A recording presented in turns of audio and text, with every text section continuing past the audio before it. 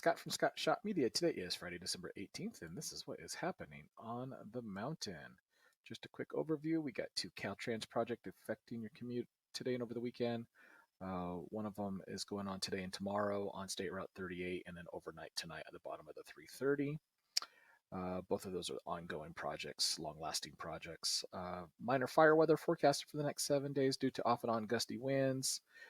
We have some Santa Ana conditions possible on the 23rd, maybe even spilling over onto Christmas Eve.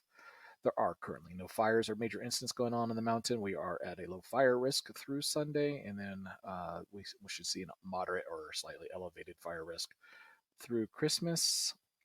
5 crimes reported on the mountain in the past 48 hours. No Edison outages affecting residential customers. Right now, there is one Edison outage in Crestline affecting a single uh, commercial customer. And then the big news is, look at this, and just yesterday, 122 new cases reported on the mountain. So you've got a few more minutes to stick around. We'll go into greater detail, starting with our traffic update. There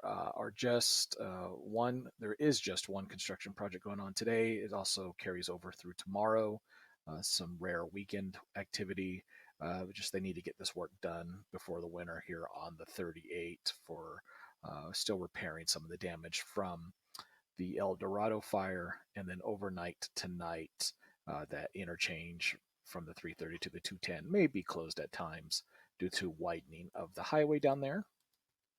Our weather is going to look great, not very winter-like. First day of winter is on Monday. We have some gusty winds off and on throughout our forecast period through next Tuesday, but no measurable precipitation forecasted and through almost through the end of the year.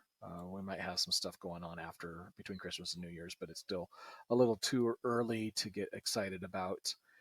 But until then, we are have a fire weather.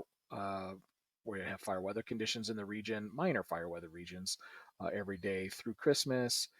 We have some wind events to be concerned about through the weekend. That way, you will definitely keep you updated on. Right now, it doesn't look too strong.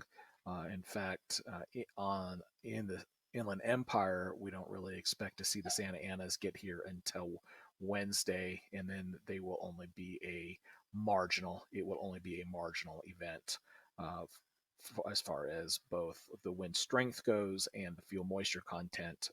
We're not anywhere where we would expect to see a significant fire growth. And speaking of fires, everything looks great on the mountain right now. A couple of false alarms past day or so. People with fires in their chimneys or cooking on their stove, or maybe a backyard barbecue sometimes gets people calling 911, but there were no fires. That's the good news. We are going to be jumping around here just a minute. We are going to be under an extreme fire danger on the mountaintop until we get some moisture on the ground, which hopefully will end by the end of the year. But if we don't get anything, and especially if there's our typical January Santa Ana conditions, we may see some elevated fire conditions. We may see this model, which is a couple of months old. We may see this model change where we will go back to an elevated fire condition until that happens. But through Sunday, we are going to be at a low fire risk, and that fire risk on our mountaintop elevates to moderate as far as new fire starts and fire growth goes because of those windy conditions that we talked about. Just 5 crimes reported on the mountain in the past 48 hours. If you saw some police activity in your neighborhood the last couple of days, that's what's going on. A couple residential burglaries, people under the influence, some fraudulent activity. So we'll post this separately so you can take a closer look at it. But the big news for the day is 122 new COVID cases reported on the mountain yesterday. That's 2 new cases in Angeles Oak, 17 in Big Bear City, 10 in Big Bear Lake, 9 in Blue Jay, 32 in Crestline, 2 in Forest Falls, 20 in Lake Arrowhead, 2 in Rim Forest, 17 new cases in Running Springs, 4 for Sugarloaf, and 7 in Twin Peaks. You can see most of the mountain is under widespread risk. The 7-day average trailing 7 days. So these are risk tiers based upon information from 8 days ago.